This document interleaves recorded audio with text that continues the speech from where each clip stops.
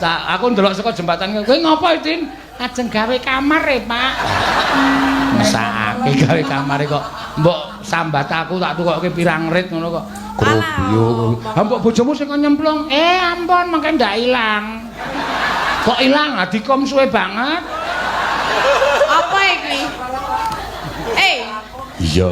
Nek bojone nyilem iso bablas, nek Tatin rak tanpa iso kesilem. Lho nyilem ngrekoso ae. Anggere kemambang meneh. Anggere nyilem kemambang meneh. Aku ya muni sudeten. Iki bahasa apa ta? Ora mau. Hah? Lingsem. Bahasa apa? Yen kemutan.